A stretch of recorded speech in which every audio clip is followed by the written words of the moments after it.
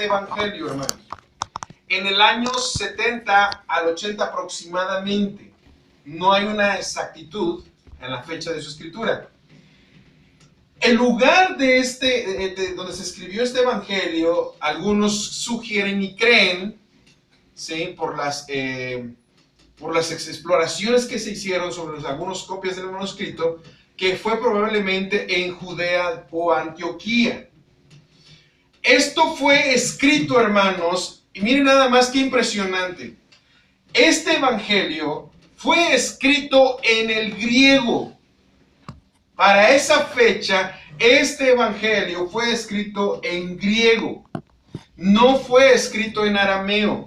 Posteriormente a esa fecha, sí, hermanos, sí fue escrito en arameo, que también se conocía como hebreo también, en un momento dado. No es lo mismo, hebreo y arameo no, pero había una tendencia en aquel tiempo donde se considera que fue escrito también en arameo o hebreo. Algunos filólogos experimentados en esto, se llaman filólogos, los que estudian la antigüedad de los manuscritos. Los filólogos dicen y argumentan que no existe antes a este evangelio, no existe ningún evangelio traducido en arameo. Esto va a ayudar mucho, hermanos, va a dar mucha claridad por lo que vamos hoy a explicar en este versículo.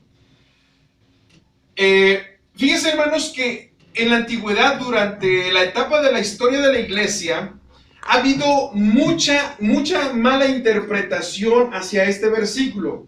En ocasiones se puede argumentar que probablemente haya sido el contexto, ¿sí? El contexto de aquellas personas que manifestaban la interpretación de este versículo, finalmente la influencia de lo que vivían, de dónde vivían, cómo vivían, inmediatamente plasmaban la enseñanza. Por ejemplo, San Agustín decía que Jesucristo es la roca. Pero San Agustín añadió algo más que no puede ser aceptado. Y San Agustín dijo que probablemente después de que se estableciera Jesucristo como la roca, es Pedro quien recibiría regalos, obsequios, bendiciones por haber entendido que Jesucristo es la roca. Pero San Agustín está enfocándolo en una vida presente. O sea, finalmente buscas las bendiciones terrenales, no enfocando a las bendiciones espirituales. Entonces, sí daña, hermanos, sí daña una mala interpretación hacia un versículo, sí daña nuestra salud, sí daña una mala interpretación del versículo, sí daña nuestra práctica. Ahora, el tema que estamos viendo es ¿quién es nuestro fundamento? Obviamente decirles eso a ustedes, bueno, decir, ay hermano, pues es fácil, es Cristo. Pues sí, es Cristo. Pero los católicos no lo entienden así. Cuando nos toque compartir el evangelio y sepamos que tenemos familia católica, ellos entienden que el fundamento es Pedro, no es Cristo. ¿Y cómo les presentaremos evidencia real de que Jesucristo es el fundamento? Y es que realmente nosotros tenemos la responsabilidad, nosotros tenemos la responsabilidad de entender la Escritura, de escudriñar la Escritura para poder predicar el evangelio. Para darles a los que piden de nosotros alguna claridad en la Escritura, podamos nosotros presentárselas claramente. Así que esto fue traducido, fue escrito este evangelio en el griego, ¿sí? ¿Por qué? Por lo siguiente que vamos a hacer. San Mateo también en este evangelio, oigan bien, San Mateo en este evangelio es un judío. San Mateo es judío, ¿sí o no? Sí. Discípulo de Jesús. San Mateo demuestra su profundo conocimiento de Cristo a la luz de la Escritura. Es San Mateo quien manifiesta un profundo conocimiento de Cristo a la luz de la Escritura. ¿Cuál Escritura, hermanos? La Torá. Exactamente, el Antiguo Testamento. Es San Mateo quien está manifestando a aquellos judíos que están siendo evangelizados y aquellos creyentes que ya son iglesia, está manifestando todo el conocimiento que contiene el Antiguo Testamento, que ahora lo entendemos así, el Antiguo Testamento está dando claridad acerca de que es Jesucristo a la luz de la Escritura. El Mesías prometido, el Mesías esperado. También San Mateo manifiesta aquí una fe firme, ¿sí? Bien arraigada. Por eso estamos hablando del fundamento. Este evangelio manifiesta a Jesucristo como una fe firme y también como una ancla en nuestra vida cristiana. Es más, San Mateo también manifiesta aquí el amor ardiente del Señor y un gran deseo de que Él fuera conocido. San Mateo es lo que presenta. Manifiesta aquí en este evangelio el gran amor de Dios Padre y la necesidad de Mateo de que conocieran ese amor de Dios Padre en Jesucristo y fuera recibido en los corazones como Él se merece. ¿Me explico? Los corazones recibieran a este gran rey como Él se merece. Ahora, ya vimos que este evangelio va destinado a ¿quiénes? A creyentes judíos. Y también, obviamente, a una iglesia establecida. ¿Por qué? Porque este evangelio, hermanos, también manifiesta una unión, un eslabón del Antiguo y el Nuevo Testamento. Después de haber permanecido 400 años de silencio, imagínense, hermanos, 400 años donde Dios no habló, no comunicó ni por profeta ni por nadie al pueblo. Guardó silencio Dios por 400 años. Es en este evangelio que irrumpe el silencio y manifiesta a Dios manifestado en carne, pero también a Dios mismo en la historia, determinando, separando la historia antes de Cristo, después de Cristo. Entonces, en este evangelio está presentando San Mateo evidencia suficiente del hombre que es Jesucristo, el hombre verdadero. Ahora, el propósito de Mateo aquí era probar que Jesús es el Mesías, el Rey eterno. Si ustedes van a observar en San Mateo van a encontrar eso. Van a encontrar mucho acerca de Jesucristo, Rey de Reyes. Van a encontrar muchos títulos de reino, reyes. Y van a encontrar también, sobre todo, el título de Mesías o el reino de los cielos. ¿Sí? Y es en este evangelio el propósito de Mateo de darle a conocer a los creyentes, ya como iglesia, oigan bien, un manual de enseñanzas para la iglesia. O sea que nosotros tenemos en este evangelio un gran manual de enseñanzas. ¿Cuáles son esas enseñanzas? Hermanos, por eso es importante entender esto. Si Jesucristo no es el fundamento, todo se arruina. No hay entonces por qué seguir manteniendo una vida santa, una vida apegada a Cristo. Si Cristo no es el fundamento, no hay necesidad de seguir obedeciendo a Dios. Por eso Mateo presenta en este evangelio enseñanzas claves como un manual para la vida del creyente. Y es más, lo vemos muy presente, hermanos, en las bienaventuranzas. Cuando una vez hicimos el sermón expositivo de las bienaventuranzas, vimos cómo es que San Mateo presenta a Jesucristo al creyente la necesidad de renunciar a nuestro yo y a nuestras necesidades y a nuestro egoísmo para seguir a Cristo y vivir una vida como Cristo. ¿Decimos ser seguidores de Jesús? Debemos renunciar a nuestro yo. Debemos de manifestar eso, una evidencia exacta de vivir una vida apegada a Cristo. Este fue el propósito de Mateo, inspirado, oigan bien, por el Espíritu Santo. Y a esta escritura, Dios la hace infalible. ¿Por qué infalible? Porque no tiene errores. Lamentablemente la teología liberal, a partir del siglo XVIII, ha creado mucha confusión, ha creado prejuicios en la vida de los creyentes, y esto es lo que ha venido también a causar esta distorsión hasta el siglo XVIII, una duda, ¿sí? Una duda en los versículos escritos por aquellos autores. Pero no me voy a meter en eso a crear una apologética. No. Nos vamos a enfocar entonces a la pregunta que hicimos en este versículo: ¿quién es nuestro fundamento? Vuelvo a repetir, usted podrá decir, hermano, es Cristo. Definitivamente, obviamente sí. Pero necesitamos analizar el texto. ¿Por qué? Para que valoremos lo que dice en la misma esencia de este versículo, y no solamente valorar la esencia de este versículo, algo mucho más. Hermano, esto va a afectar nuestra praxis. ¿Qué es la praxis? La práctica. Esto va, de cualquier forma, va a influenciar en nuestra práctica, en nuestra forma de ser como creyentes. Si decimos que Jesucristo es nuestro fundamento, entonces nosotros estamos apegados a Jesucristo, estamos arraigados a ese fundamento, estamos siendo edificados a ese fundamento y tenemos un compromiso palpable con Jesucristo. Pero si decimos solamente, si solemos decir de Jesucristo es el fundamento de labios, ¿saben qué va a pasar, hermanos? No va a afectar nuestra praxis. Va a impactar nuestro pensamiento nada más, pero no va a afectar nuestra forma de vivir y nuestra forma de ser. Si solamente creemos que Jesucristo es el fundamento como algo intelectual, donde está anidando en nuestro cerebro nada más como una información, como una noticia, no va a afectar nuestro desarrollo cotidiano, nuestra forma de ser, nuestra forma de vivir, nuestra forma de desenvolvernos con los demás, con la misma iglesia, en el trabajo, donde sea, no va a afectar. Por eso es necesario que nos hagamos esta pregunta: ¿quién es nuestro fundamento, hermanos? ¿Quién es nuestro fundamento? Y para ello vamos a analizarlo de tres aspectos.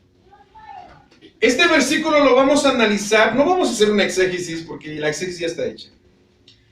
Este versículo lo vamos a analizar en su contexto, porque es la forma en que debemos interpretar la Escritura, en su contexto inmediato. ¿Me explico? Su contexto inmediato. Número 2, gramaticalmente. Ahí ya es ayuda de diccionarios, obviamente, pero no vamos a traer aquí los diccionarios, ya tenemos la exégesis, solamente vamos a explicarlo gramaticalmente y también teológicamente. Entonces, de tres formas vamos a analizar este versículo para comprobar que Jesucristo es nuestro fundamento. Esto va a hacer que nosotros tengamos, hermanos, evidencias reales en la Escritura y podamos realizar apologética cuando nosotros estemos presentando el Evangelio a las personas. ¿Me explico? Esto involucra a los católicos mismos, católicos apostólicos romanos. Entonces, primero que en lo que hablamos es contextualmente, segundo, gramaticalmente y tercero, teológicamente. ¿Ok? El texto dice así. Base, el que leímos, San Mateo 16, 18. Y yo también te digo que tú eres Pedro, y sobre esta roca edificaré mi iglesia, y las puertas del Hades no prevalecerán contra ella. Es un texto que van a memorizar. No ahorita. Por lo que vamos a estar mencionando continuamente, este texto probablemente va a quedar más grabado, como otros que hemos mencionado. En su contexto, miren, hermanos, observemos el versículo 13 al 16. Ya lo hemos leído varias veces, pero no es por demás. Viniendo Jesús a la región de Cesarea de Filipos, preguntó a sus discípulos: ¿quién dicen los hombres que es el Hijo del Hombre? Ellos dijeron, los discípulos, todos los discípulos dijeron, unos Juan el Bautista, otros Elías, otros Jeremías, y algunos otros dijeron otro profeta, ¿verdad? Versículo 15 dice, y él les dijo, o sea, Jesús les dijo, ¿y vosotros quién decís que sois? O sea, que soy. El versículo 16, en su contexto, oigan bien lo que dice, y respondiendo ¿quién? Simón Pedro. Si traducimos Pedro por arameo, dice Simón Cefas. Y respondiendo Simón Cefas, o Simón Pedro, dijo, tú eres el Cristo. Oigan bien, en su contexto, si estamos preguntando quién es el fundamento, quién es el cimiento, quién es la base de la iglesia, es Pedro quien está aquí confesando que Jesucristo es la base. ¿Por qué Jesucristo es la base? ¿Por qué debe ser Jesucristo? Porque vamos a ver en su contexto posterior lo que también nos dice la Escritura acerca de Pedro. ¿Sí? Entonces aquí vemos que Pedro está declarando que Cristo es el fundamento, porque Pedro le dijo que Cristo era el Hijo del Dios viviente y por lo tanto el Mesías esperado.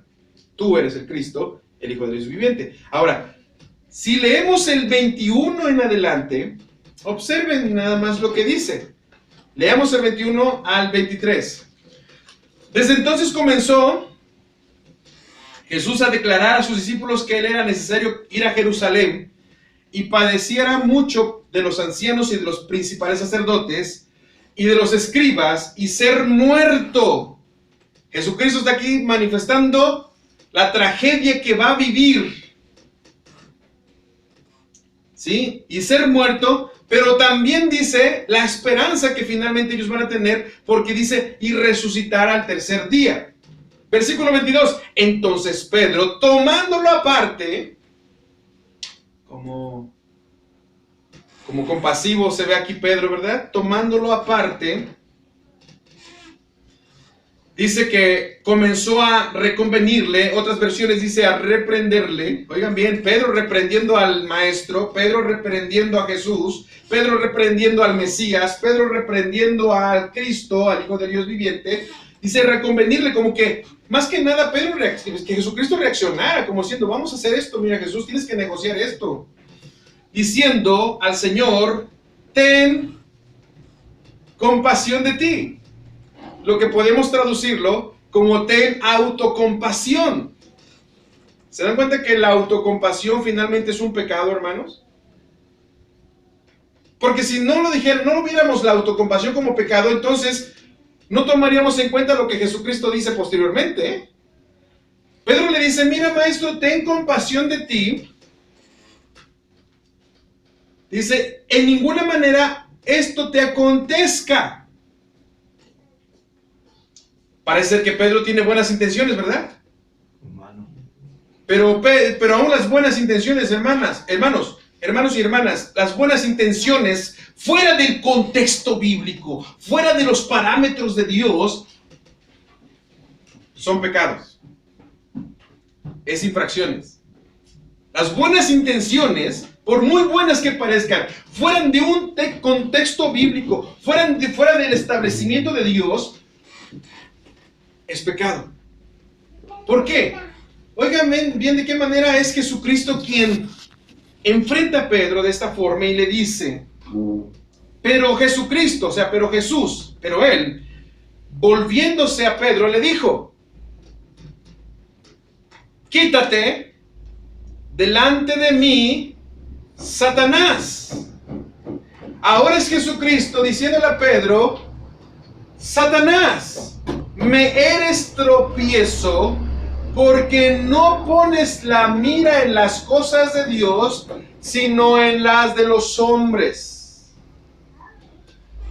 Ahora es Jesús llamándole a Pedro, Satanás. Vemos por qué en su contexto Pedro no puede ser el fundamento de la iglesia. Es un riesgo establecer y creer que el hombre sea puesto como un fundamento para la iglesia, hermanos. Y estoy hablando de un hombre común y corriente como nosotros, pero obviamente exaltando al único hombre verdadero, quien tiene dos naturalezas, es hombre y es Dios. Y aquí estoy enfocándome que solamente Jesucristo, siendo hombre y siendo Dios, Él es el único quien puede ser el fundamento. ¿Por qué? Porque Él es perfecto, porque Él es eterno, porque Él es infalible. ¿Por qué? Porque Él es santo, porque Él es justo. ¿Por qué? Porque Él es divino. ¿Por qué? Porque Él es misericordioso, porque Él es comprensivo, porque Él es omnisciente, porque Él es omnipotente. Jesucristo es omnipotente. Ahora veamos el contraste con Pedro.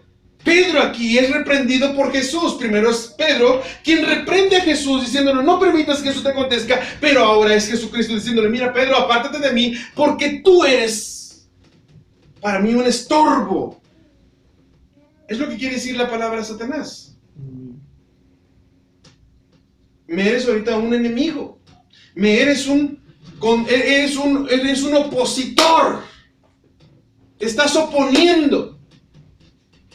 O sea que finalmente tienes el calificativo ahorita, Pedro. Ahorita no tienes el calificativo de aquel que recibió la revelación del Dios Padre, sino que ahorita tú tienes un calificativo de Satanás, de un enemigo, de un opositor, de alguien que no entiende las cosas de Dios. Y déjeme decirle algo, hermanos, Satanás no entiende las cosas de Dios. Porque si las entendiera, entonces también llegaría a ser Dios. Por eso Satanás es criatura. Satanás no entiende las cosas de Dios, porque es criatura. Y aquí es donde Jesucristo le reprende y dice, ¿por qué? ¿Por qué? Porque Pedro, tú no pones la mira en las cosas que son de ¿quién? ¿Se dan cuenta? Pedro no puede ser el fundamento de la iglesia porque Pedro está poniendo su mirada en las cosas de la tierra. En las cosas de la tierra y no en las cosas de Dios. Pero, hermano, lo que dijo arriba, en el texto anterior, dice que es Pedro quien dijo, tú eres el Cristo, el Hijo de Dios viviente. Sí, pero Pedro no lo hizo. Es mismo Jesucristo quien le revela a Pedro, mira, Pedro, eso tú no lo entiendes. Pero lo declaraste, y lo declaraste porque mi Padre te lo reveló. ¿Se dan cuenta? Pedro no puede ser el fundamento. Estamos hablando del contexto, ¿ya vimos? Del contexto. Cuando alguien requiere una explicación de esto, puedes presentarle, mira, es que Pedro no pudo haber sido el fundamento, porque Pedro es igual que nosotros. Y aquí no solamente estamos condenando a Pedro, porque si condenamos a Pedro, nos estamos condenando a nosotros mismos también, porque somos igual que Pedro o peor que Pedro. Aquí vemos que entonces Pedro está, por buena intención que tenga, está pecando, ¿sí o no? ¿Por qué? Porque se estaba oponiendo a los propósitos de Dios. Todo aquel que se opone al propósito de Dios, a la voluntad de Dios, está pecando. Eso tengamos presente.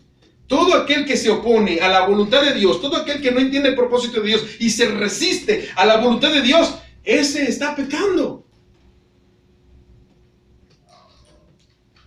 ¿De acuerdo? Ahora, ya lo vimos en su contexto.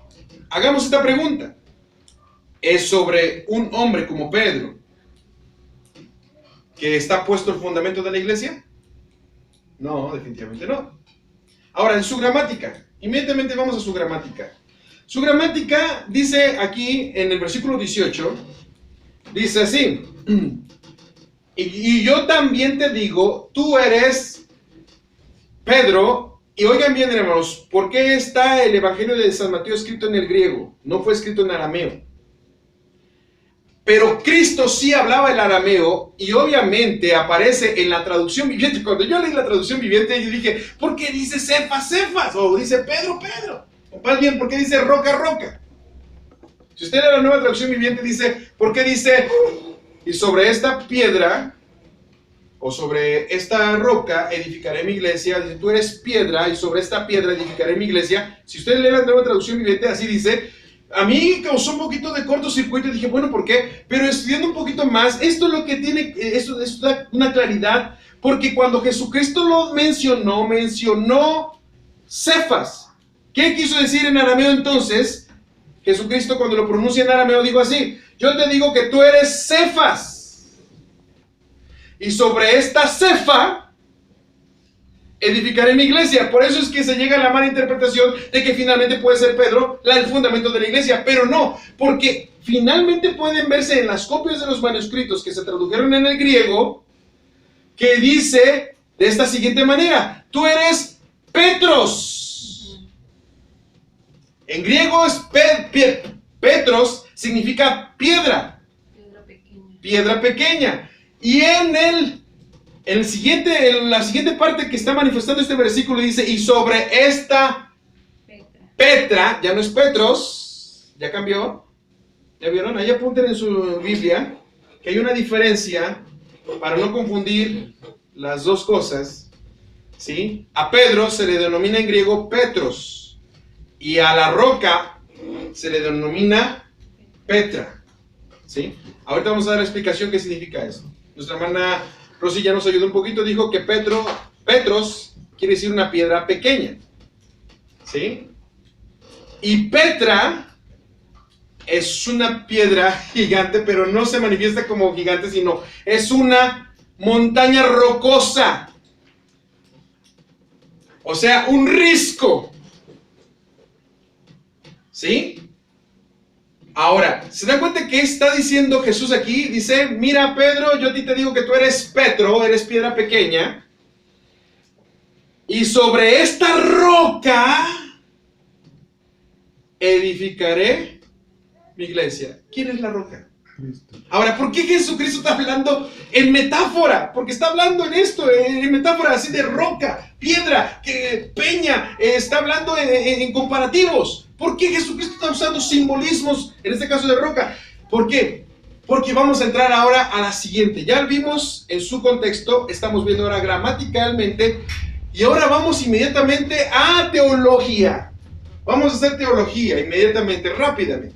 En el Antiguo Testamento, hermanos, es más, algo impresionante que encontré, maravillosamente esto, se debería hacer teología con el tema de la roca. Debería existir una enciclopedia para hacer teología enfocando la roca en Dios y en Cristo. De verdad, es maravilloso. ¿Por qué? Porque todo el Antiguo Testamento está enfocado a piedras, rocas,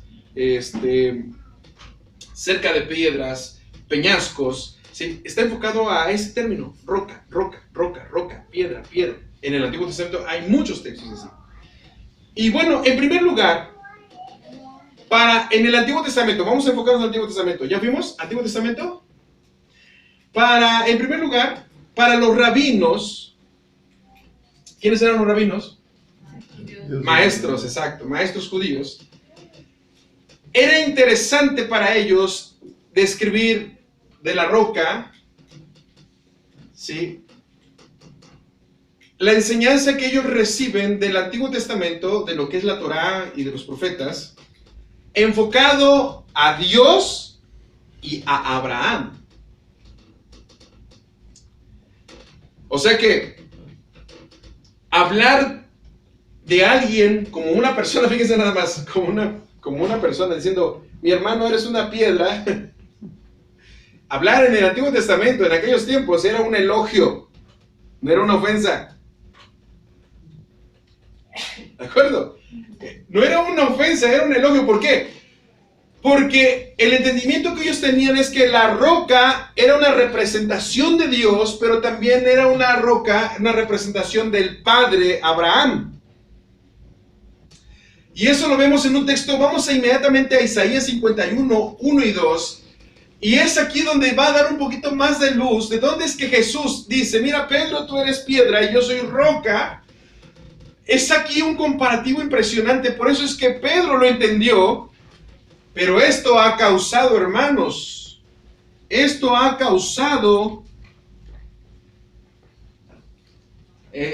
mala interpretación acerca de quién es el fundamento, ha provocado tremendas controversias por años. ¿Sí? Ok. 51, 1 y 2 dice, oídme los que seguís la justicia. ¿Ya vieron? Es el profeta Isaías diciendo de parte de Dios, oídme los que seguís la justicia, los que buscáis a Jehová. Mirad a la piedra de donde fuisteis cortados. ¿Se dan cuenta? Está diciéndole Isaías aquí al pueblo, mira de dónde fuisteis cortados. Y aquí dice más adelante, y el hueco de la cantera de donde fuisteis arrancados. ¿Quién era la cantera aquí?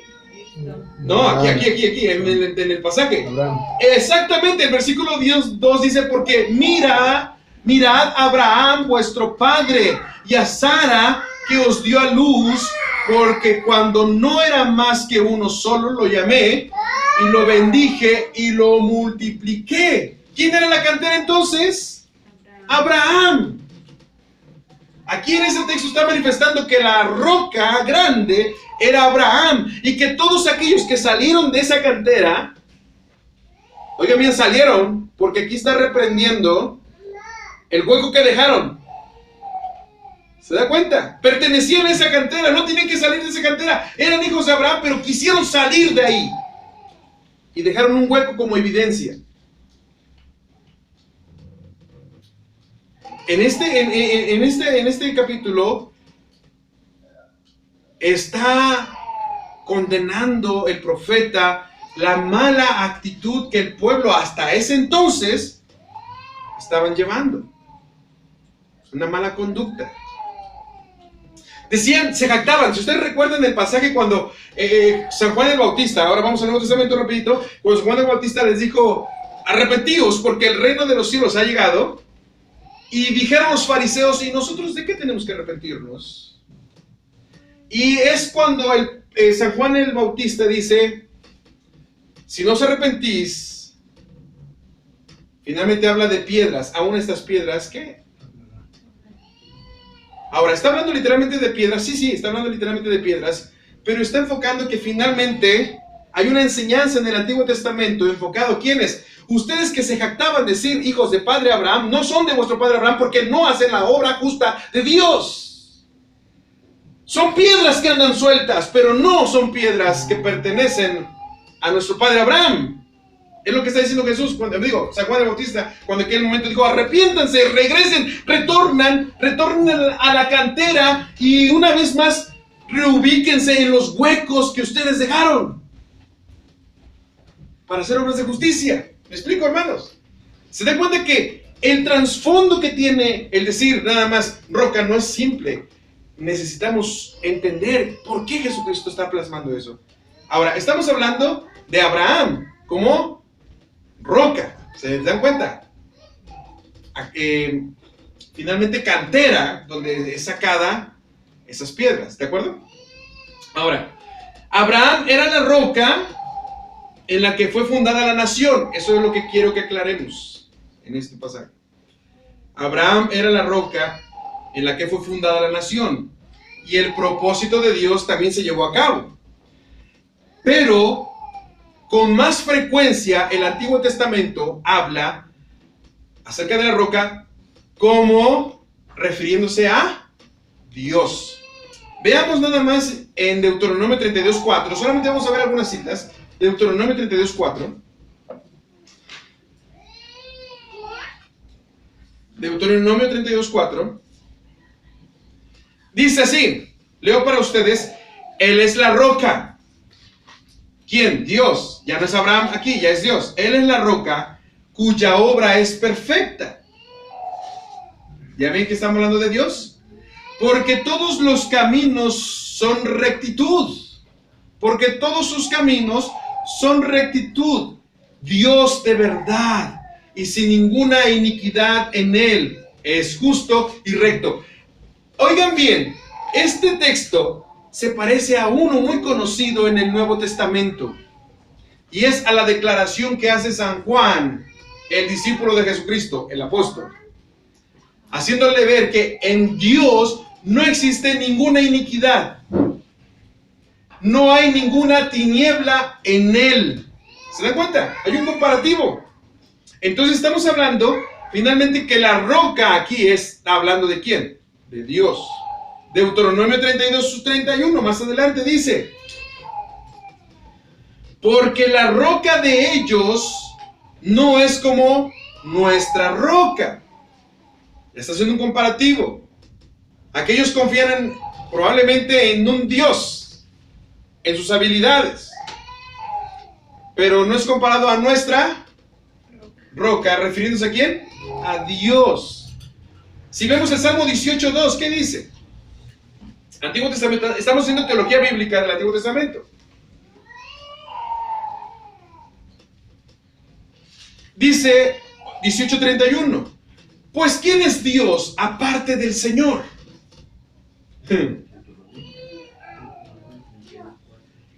¿Quién más que nuestro Dios es nuestra roca sólida? Entonces está muy claro, hermanos, llamar a alguien en aquel tiempo roca era un gran elogio. Es más, ningún judío que conocía el Antiguo Testamento podía usar ese término para sí mismo obviamente esa frase, inmediatamente roca, entender roca, inmediatamente se referían a quién. Lo relacionaban con Dios. Por eso es que Pedro lo entendió también muy bien y muy bien. Me estoy emocionado. Pedro lo entendió muy bien porque él mismo lo dice. ¿En dónde? En su propia carta. Vamos ahora al Nuevo Testamento, haciendo teología del Nuevo Testamento. Unos 5 minutos. Haciendo teología en el Nuevo Testamento. ¿De acuerdo?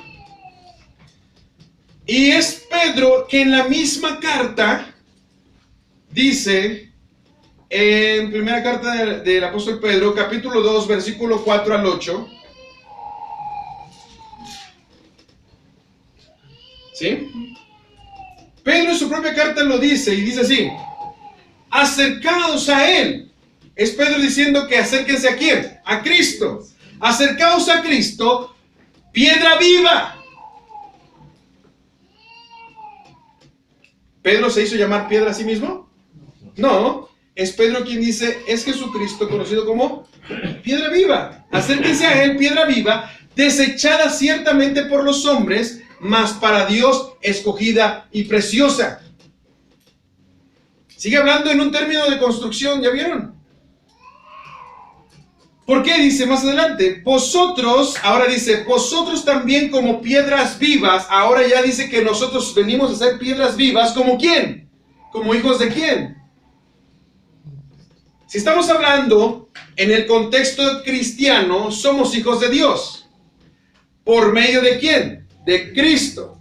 Si estuviéramos hablando en un contexto judío, entonces vamos a decir que somos piedras de quién?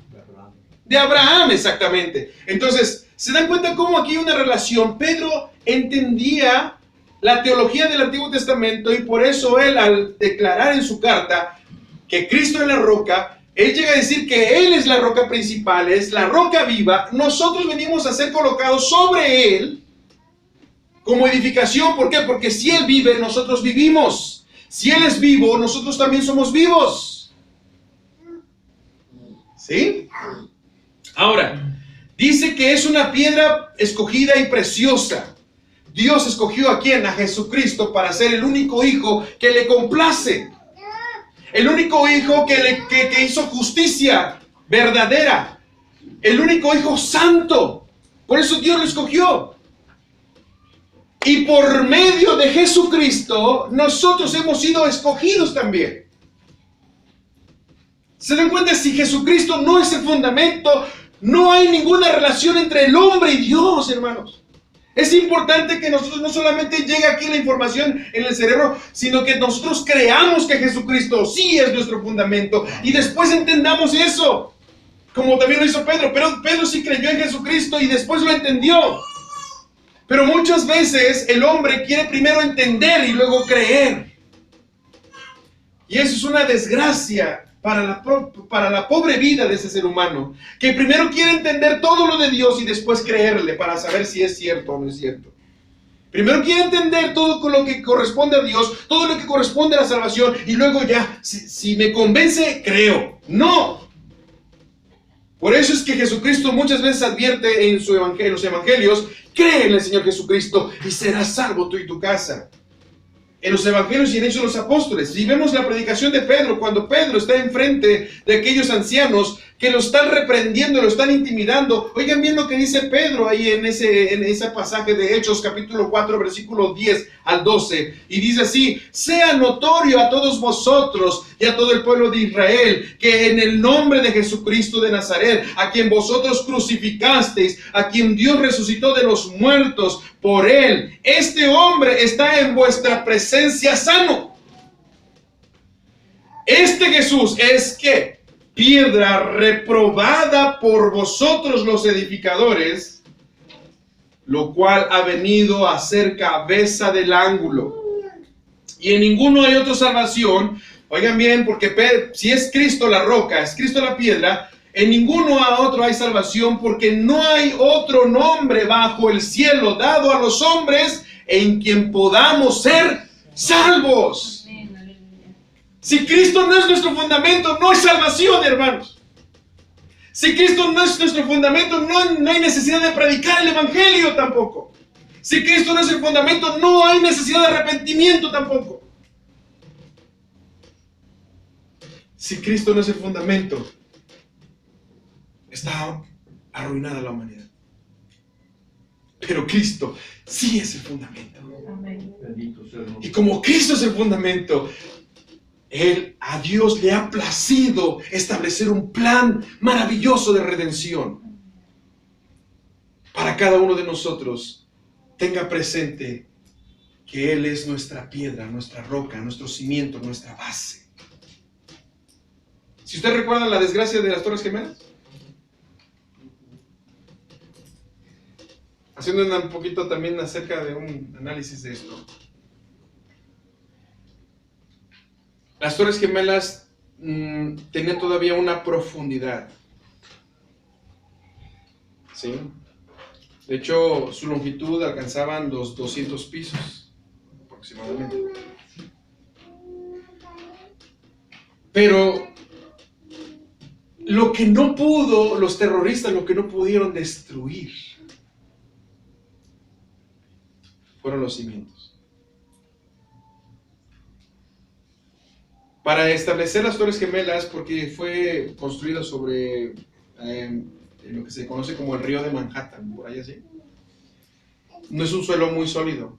Entonces hicieron exploraciones y excavaciones hasta encontrar una capa rocosa. Y sobre esa capa rocosa hacer un vaciado de cemento. Y la construcción, una vez que queda establecida la firmeza, pudo haber confianza para seguir construyendo. ¿Se dan cuenta? La importancia de un fundamento, de un cimiento. Si no hay cimiento, no hay fundamento, no hay seguridad en la edificación.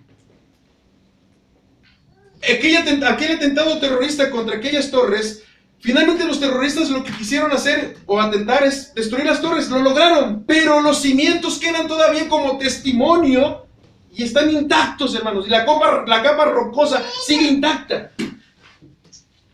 No pudieron terminar con eso.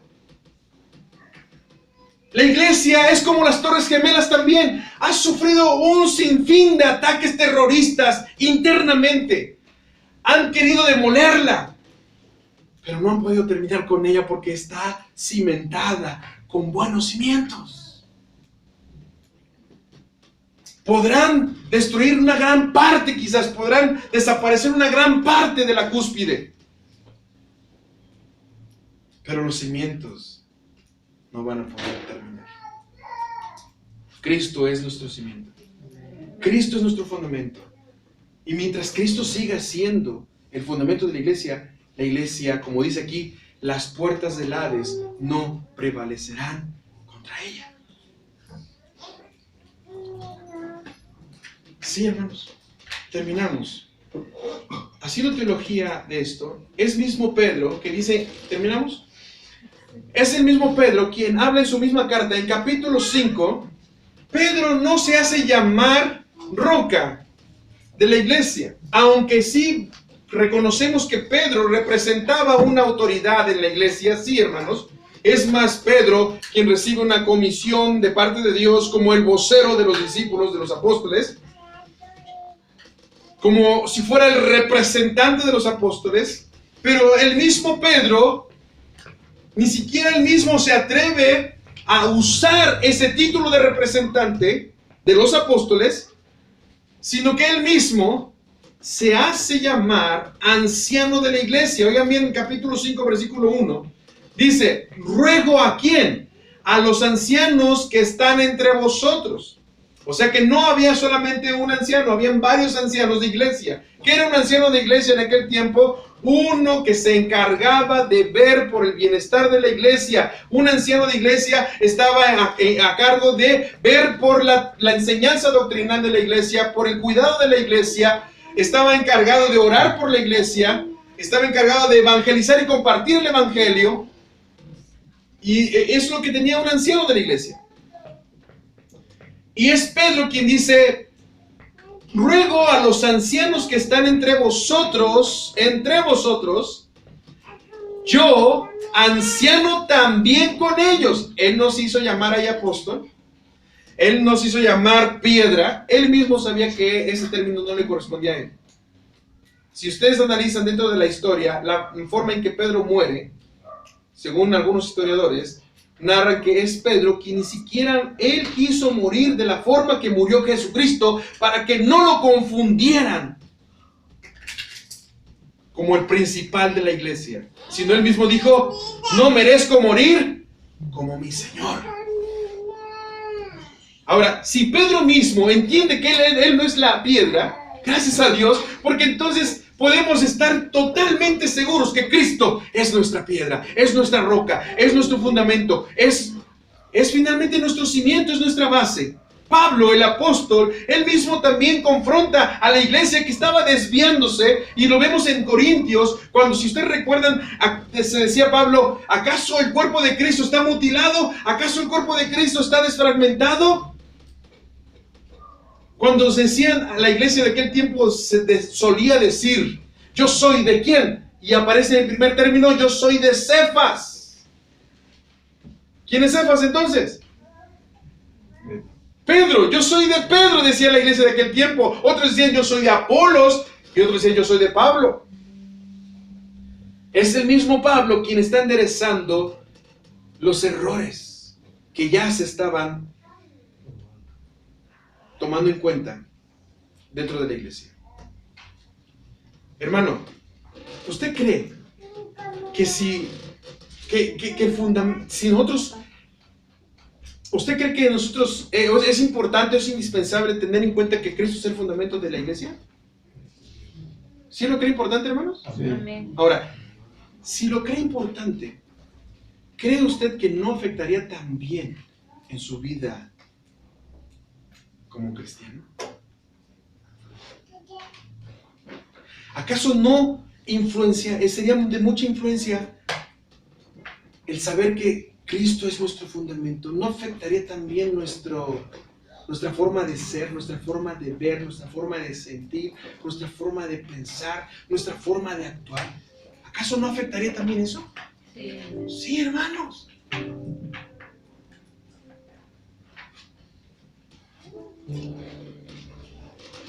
¿Saben por qué afectaría nuestra forma? Primero que nada, siendo Cristo nuestro fundamento, ¿en qué forma nos ayudaría como creyentes? Primero que nada, con eso termino. La Biblia dice que Jesucristo es nuestro fundamento. ¿Por qué? Porque la creación es en Cristo, es por Cristo y es para Cristo. La creación, la vida es por Cristo, es para Cristo y es en Cristo. La aceptación que nosotros tenemos ahora con Dios es por Cristo. La redención es en Cristo. La justicia es en Cristo. La santificación es en Cristo. O sea, si Cristo es el fundamento, debemos santificarnos porque es en Cristo nuestra santificación. Así que si alguien ha pecado, abogado tenemos para con el Padre, a Jesucristo el justo. Amén. Si alguien dice: es que yo no puedo porque Dios no me perdona, hermano, entonces tú no tienes presente probablemente que Él sea tu fundamento, porque si Él es tu fundamento, inmediatamente debes correr a los pies de Cristo. Debes ampararte al abogado que es Cristo. Y también debes santificarte.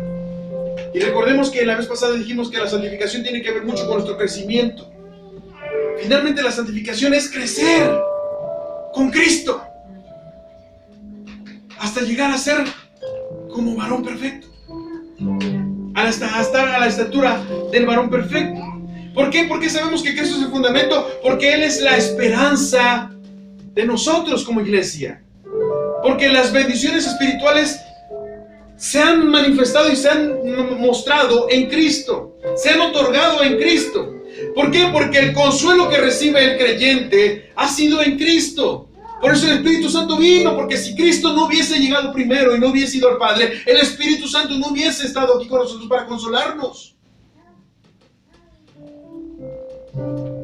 Porque si Cristo es el fundamento, entonces la paz es segura. La paz es palpable. Dichoso es aquel cuyo pensamiento en ti persevera. Si nosotros tenemos eso presente, dichoso aquel que tiene en su pensamiento la paz de Dios, que tiene la confianza que Jesucristo es el fundamento. ¿Por qué? Porque de Él recibimos justicia, porque de Él recibimos santidad, porque de Él recibimos redención, porque de Él recibimos perdón, porque de Él recibimos esperanza, porque de Él recibimos amor, porque de Él recibimos gozo. El gozo es vivir a Cristo, hermanos. La fuerza y la riqueza finalmente está en Cristo. El propósito eterno está en Cristo. La nueva creación está en Cristo. Las promesas son en Cristo. La salvación es en Cristo. El consuelo es en Cristo. La perseverancia es en Cristo. Ser uno es en Cristo. Los límites del sufrimiento finalmente están en Cristo. No podemos sufrir más que Él. Y si alguien dice que sufre, siéntase dichoso. ¿Por qué? Porque Él también sufrió. Y sufrió más por nosotros. Para que nosotros, el sufrimiento que tenemos, no sea comparado con aquella esperanza que anhelamos de ser redimidos finalmente. Y por último,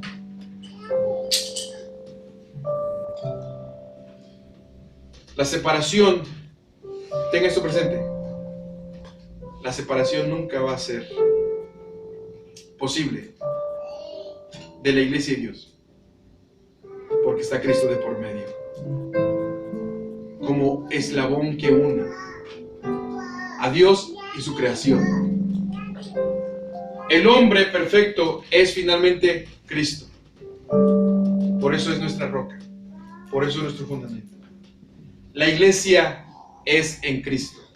Y por Cristo, por lo tanto, nuestro fundamento es absolutamente Cristo.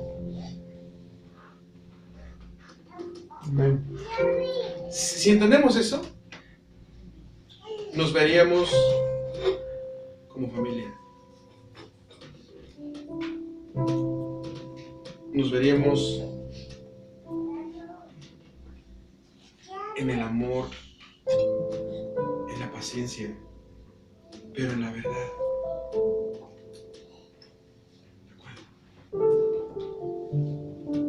Y les invito a estar de pie.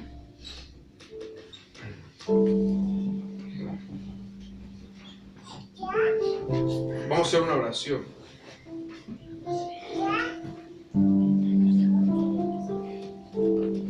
Y le vamos a decir al Señor: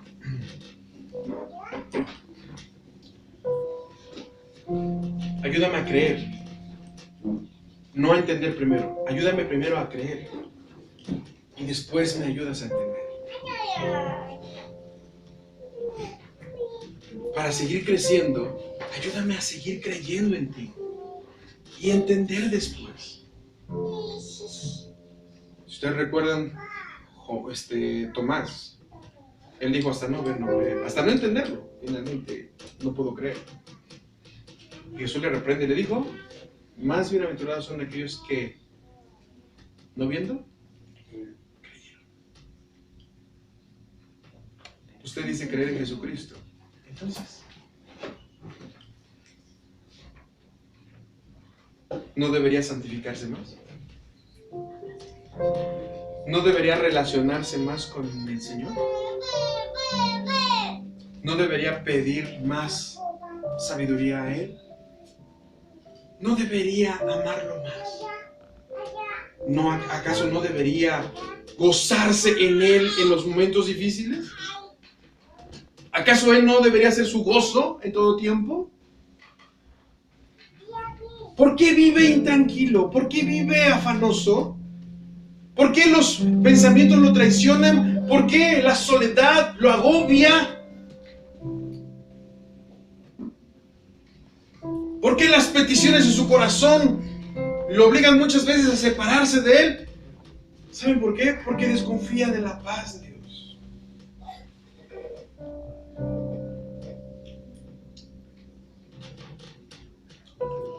Hay algo que Jesucristo reprendió a Pedro y dijo: me eres estorbo. No entender el plan de Dios ni el propósito de Dios, hermanos.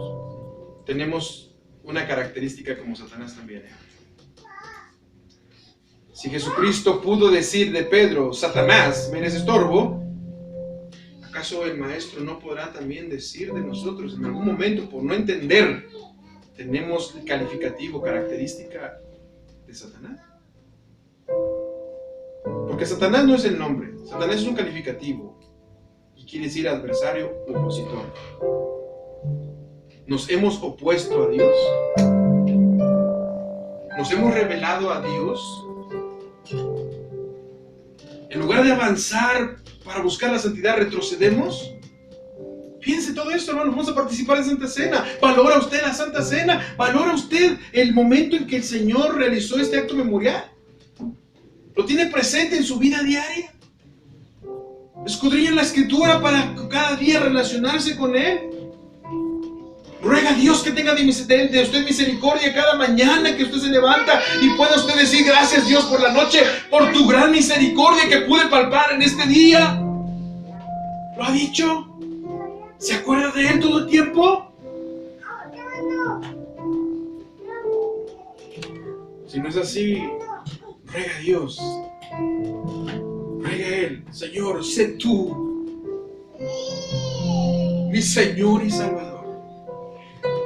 Gracias, Padre, por tu evangelio. Gracias, Padre, por tu palabra. Gracias porque Jesucristo es nuestro fundamento. Gracias porque a Él lo pusiste como piedra firme, como piedra sólida, como piedra preciosa, como una piedra escogida para cumplir el propósito divino y eterno. Gracias porque sin Cristo no se puede edificar la iglesia, porque sin Cristo la iglesia no puede vivir tus promesas, porque sin Cristo la iglesia no puede disfrutar de la comunión, porque sin Cristo la iglesia no puede perseverar en la doctrina, porque sin Cristo la iglesia no puede perseverar en oración, porque sin Cristo la iglesia no puede perseverar y permanecer en amor, porque sin Cristo no hay fe. Y sin fe es imposible agradar a Dios. Sin Cristo, sin el fundamento principal que es Cristo, la creación no tiene sentido. Sin Cristo, la fe es vana de cada hombre de esta tierra. Su confianza es vana finalmente. No tiene sentido. Sin Cristo no hay necesidad de santificación.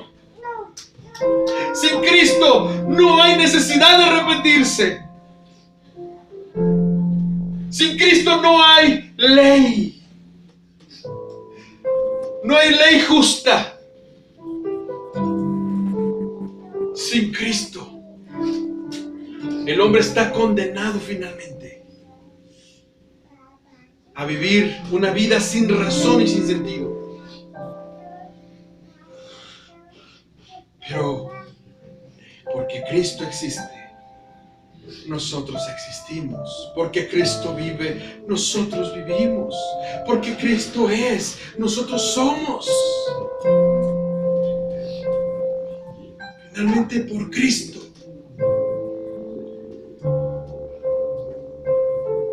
Cristo vino a satisfacer la voluntad del Padre.